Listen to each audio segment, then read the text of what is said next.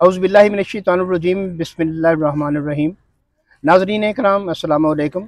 वफाकी दारुल हुकूमत इस्लामाबाद से मैं हूँ एम याकूब अलवी और मेरे साथ सीनियर एंकर पर्सन मेज़बान मेहमान मलिक मोहम्मद नवाज़ शौकी साहब मौजूद हैं। नाज़रीन इकराम, मलिक मोहम्मद नवाज़ शौकी इन्वेस्टिगेटिव जर्नलिस्ट है और किसी तारुफ के मोहताज नहीं है। नाज़रीन कराम, हमारी इतलात के मुताबिक चंद माह पहले शौकी साहब के इन्वेस्टिगेशन में एक स्कैंडल आया जिसका ताल्लुक लोक विरसा के साथ मुंसलिक था। शौकी साहब इन्वेस्टिगेशंस के लिए जब लोक विरसा में हाजिर हुए, अथॉरिटी से रब्ता किया, तो अथॉरिटी ने स्कैंडल की वजाहत पेश करने के लिए की बजाय टाल मटोल से काम लिया। शौकी साहब को बहुत तशवीश हुई। इसके लिए शौकी साहब मुसलसल तकरीबन 3 माह तक लोक विरसा के अफसरान के पास चक्कर लगाते रहे, लेकिन शौकी साहब को कोई मुनासिब जवाब ना मिल सका। उसके बाद शौकी साहब चूँकि एक इन्वेस्टिगेटिव जर्नलिस्ट हैं, तमाम पेचो खम को जानते हैं, इन्वेस्टिगेशन के हवाले से शौकी साहब ने पाकिस्तान इंफॉर्मेशन कमीशन गवर्नमेंट का रास्ता अपनाया। शौकी साहब ने बाकायदा एक दरख्वास्त गुजारी जिसके लिए पाकिस्तान इंफॉर्मेशन कमीशन ने एक बाकायदा एग्जीक्यूटिव डायरेक्टर के नाम समन नोटिस जारी कर दिया। आगे की जो तफसीलात हैं, आइए हम जनाब शौकी साहब से पूछते हैं कि शौकी साहब इसके मतजात क्या हैं, इसके खदोखाल क्या हैं, इस स्कैंडल की जो तफसीलात हैं जो आपके सामने आई और जो आप जानना चाहते हैं और जो आपने नाजरीन को बताना चाहते हैं, ज़रा हमें बताएं। जनाब शौकी साहब अस्सलाम वालेकुम। वालेकुम सलाम। अली साहब की हाल है? ठीक, अल्लाह का शुक्र है। शौकी साहब, ये आपका बड़ा हार्ड वर्क है।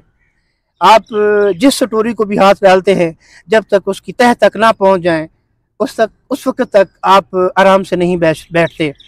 ये आपकी जो काविश है, कोशिश है, ये लायक काबिल खराज तहसीन है। जो आप Pakistan information commission government of Pakistan तक एक्सेस हासिल की, दरख्वास्त गुजारी और आज आप इसमें कामयाब हो चुके हैं। मैं आपसे रिक्वेस्ट करूंगा कि इसकी सारी तफसीलात हमारे नाजरीन को बताएं। बहुत शुक्रिया अलवी साहब। इत्थे मैं बहुत देर नाल पहुंचा और नाजरीन अगे गुजारिश ये करसा कि ये शायद टाइम लम्बा हो जाए काफ़ी, क्योंकि ये बड़ी पिछे तू जरा थोड़ा जा, क्योंकि हर बंदे ने नहीं देखी होनी। अलवी साहब, होया कुछ इस तरह सी कि ये लोक विरसा का कुछ पता चलिया सी 2-3 साल पहले कोई डेटा चोरी हो गया। ठीक है। मैं और साढ़े सीनियर भाई जनाब शमशाद मागट साहब सीनियर पर्सन असा स्टोरी भी की सी। फिर बाद में मैं जो देखा कि वो किसी चैनल से चल रहा, क्योंकि सारा लोक विरसा का डेटा है। मैनू बड़ा दुख होया कि एक डेटा चोरी हो गया, तो डेटा तो चलता पाया। अच्छा, क्योंकि मैं आर्टिस्ट भी हूं, मुझे आर्टिस्ट लोगों का भी पता है और इन चीज के साथ आपके प्रोग्राम शौकी साहब हम देखते रहते हैं। आप आरफान मौला हैं, आप कमाल इंसान है। यह तो आपकी मोहब्बत है। खैर, मैं फिर इनके पास गया हूँ, अनवारुल हक साहब हैं डायरेक्टर साहब। मैंने उनसे पूछा जी कि आपका डेटा, कहते हैं वो बहुत पुराना हो गया है। मैंने कहा सर पुराना कैसे हो गया, वो उसकी कोई FIR हुई है, कौन ले गया है? कहते हमें नहीं पता, हुई ना अनवर साहब को पता है। वो पर मुकनी गाणी हो, मैं पिछले प्रोग्राम बहुत दसिया। मैं इन्होंने को पूछता रहा 2-2.5 महीने मैंने उन्हें ट्रक की बत्ती पिछे लाई रखा, कल बताएंगे परसों बताएंगे, अक्सी मुफ्ती साहब को पता है, वो इन्होंने नहीं बताया। फिर मैंने एक खत लिखा है जो कि ED लोक विरसा को, और उसके बाद जनाब मिनिस्टर अतलात नशरियात नूं ये खत लिखे और मैं उहदे कुछ सवालात कीते कि जनाब इन्हां चीज़ां दा मैनूं दसो, अगर डेटा चोरी होया FIR क्यों नहीं हुई, अगर FIR हुई तो की बनया, और उस तो अलावा कि अगर डेटा मतलब किसी चैनल ते चल रहा तो तुसां क्यों नहीं पूछा? ठीक है, या तुसां कोई उसदे कोल एग्रीमेंट किया, या उहदे कोल कोई मतलब अगर एग्रीमेंट किया तो उहदा इदारे नूं कितने पैसे आए? आपका मतलब है कि आपने डाटा खुद पार्टी को ट्रांसफर किया है। चोरी हो गया है तो कैसे चोरी हो गया है? चोरी हो गया, आपने FIR नहीं करवाई, ये सारा मामला क्या है? अच्छा, उसमें इन्होंने बस वही कुछ भी नहीं, वो अब बहुत पुराना हो गया। फिर मैंने जब खत लिखा है मिनिस्टर अतलात को, फिर ईडी लोक विरसा को, इन्होंने कोई जवाब नहीं दिया। फिर मैंने ये जो है ना मतलब इंफॉर्मेशन मिनिस्ट्री को मैंने दरख्वास्त दी है, और ये दरख्वास्त ये पहला लेटर नहीं है उनको, ये इस दफा दूसरा लेटर है। अच्छा, पहले उनकी जो डेट थी वो 27 पिछले महीने की 27 थी, ये नहीं पेश हुए। अब ये दूसरा लेटर मतलब अब इनको 11 को है ना, ये इसमें डेट क्या है? ये तकरीबन 12/2024 को है जी। 12/2024 को नहीं, 12 नहीं, डेट महीना कौन सा है? ये नवंबर। हाँ नवंबर। अब देखिए क्या होता है, हमें तो सजदा करने से गर्ज है। देखें ये मुल्क है तो हम हैं। आपको मैं ये बताऊं कि मुझे इतना दुख हुआ है इस इदारे पे आके, ये हमारे पूरे पाकिस्तान की इक्कासी करता था, कैसे कल्चर वाइज, टोपी वाइज, शूज वाइज, मतलब मौसीकी वाइज, जबान वाइज, लेकिन और इनकी कोई मेहरबानी नहीं थी। ये जो डेटा चोरी हुआ है ये मैं और आपके पैसों से, एक तो ये तनख्वाहें ले रहे हैं ना, ये जितना डेटा रिकॉर्ड था, मैं आपको दुख मुझे ये है कि ये टिकट पे उस वक्त फनकार आते थे, टिकट लगता था। ये 77-78 के बाद या 80 के दौर में बाकायदा ये अखबार में इश्तिहार देते थे कि जी फलाने दिन लोक विरसा में फलाने फनकार का शो हो रहा है, टिकट के लिए सुपरमार्केट फलानी शॉप है, ठीक है। उधर से हम टिकट हफ्ता 10 दिन पहले खरीदते थे, फिर आते थे। ये अवाम के फंड से था, और इन्होंने ऊपर बैठ के जनाब इन्होंने डेटा ही भेज दिया। और फिर दूसरी बात यह है, मेरा इनसे दुख ये हुआ है कि ये डेटा जो है वो 2014 से चल रहा है। 2014 से वो चैनल जिस पे चल रहा है, और 352 स्टोरियां लगी हुई हैं। अच्छा जी, लोक विरसा की, ठीक है। और उसके 2 लाख इस वक्त पता नहीं कितने सब्सक्राइबर हैं, और एक स्टोरी यकूब साहब, एक स्टोरी 35-35 लाख तक गई हुई है। अच्छा, और इन्होंने उनसे पूछा ही नहीं है।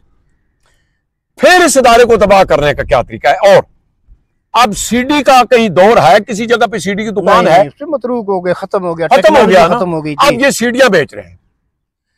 सीडियां और कैसेट का कोई दौर रह गया यार? मुझे ये चीजें सोकी साहब, आप देखें ना, मैं आपसे ये सवाल करता हूं कि जब टेक्नोलॉजी ट्रांसफर हो गई, जब हम छोटे छोटे थे तो अल्लाह का शुक्र था हमारे घर पे, तो मेरे अब्बू ने एक बाजा रखा होता है जिसपे कुछ सुइयां लगाते थे और प्लेट चलती थी, पता नहीं उसको चेंजर बाजा क्या बोलते थे, हम बहुत छोटे थे।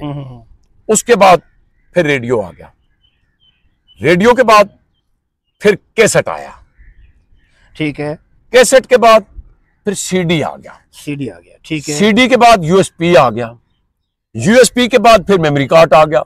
अब मेमोरी कार्ड भी नहीं रहा, अब यूट्यूब पे चला गया, फेसबुक पे चला गया। तो मजे की बात यह है कि इन्होंने आज तक चैनल ही नहीं बनाया। शौकी साहब आपका बहुत शुक्रिया। नहीं, उसमें यह है एक और बात ऐड करनी है। अब जो सीडी बेच रहे हैं, मैं इनसे ये पूछता हूं कि ये पैसा किसके खाते में जा रहा है? 60-70 हजार से ऊपर है वो बंदा तनख्वाह ले रहा है, सीडी बेचने वाला तनख्वाह ले रहा है। सीडी की कीमत कितनी वसूल की जा रही है? मेरे ख्याल में, अब मैंने पूछा था पिछले प्रोग्राम में रेट किया था, पता नहीं कितने की दे रहे हैं। अब 80 रुपए की सीडी बेच, अब 80 रुपए किसी दौर में नहीं बिकी सीडी यार, 25-30 रुपए ही बिकती थी ना डीवीडी भी, अब तो बिकती नहीं। अच्छा सुने, अब देखें कि वो बंदा बैठा हुआ है, 60,000 उसकी तनख्वाह लगा लें और 40,000 रुपया शॉप का किराया लगा लें, 1 लाख रुपया जाता है। 1 लाख रुपया बन गया। साल के कितने बन गए? 12 लाख रुपया। 12 लाख 10 साल के लगाओ, 1 करोड़ 12,120, ये तो एक बहुत बड़ी अमाउंट बनती है। 1 करोड़ गालबन 20 लाख जितना भी बनता है। तो ये इदारा चल रहा है जी, एसी वाले कमरों में बैठे हुए हैं। मैं आपसे ये गुजारिश करूं कि यकूब अलवी साहब, ये मैं जब तक जिंदा हूं इंशाल्लाह जहां तक भी करप्शन होगी मैं जरूर पीछा करूंगा। शौकी साहब आपका बहुत शुक्रिया, आपने बड़ी कीन ऑब्जर्वेशन के साथ, कीन इन्वेस्टिगेशन के साथ इस मामले को देख रहे हैं। आपकी इस कोशिश पर, इस काविश पर, इस हार्ड वर्क के ऊपर मैं आपको खराज तहसीन पेश करता हूँ। नाज़रीन कराम, आप शौकी साहब की तफसीली बातचीत सुन रहे थे। ये सिर्फ एक पहलू है जिसके ऊपर शौकी साहब रोशनी डाल रहे थे। आपको मैंने पहले ही इंट्रो में बताया कि शौकी साहब जब तक किसी स्टोरी का एंड नहीं आ जाता उस वक्त रुकते नहीं हैं। शौकी साहब रुकने वाले नहीं हैं, शौकी साहब अपना काम कर रहे हैं। हम इंशाअल्लाह फॉलो अप स्टोरी में इस स्कैंडल की तमाम तफसीलात आप तक पेश करेंगे। जब तक के लिए अपने मेज़बान और अपने मेहमान को इजाज़त दीजिए। अल्लाह हाफ़िज़।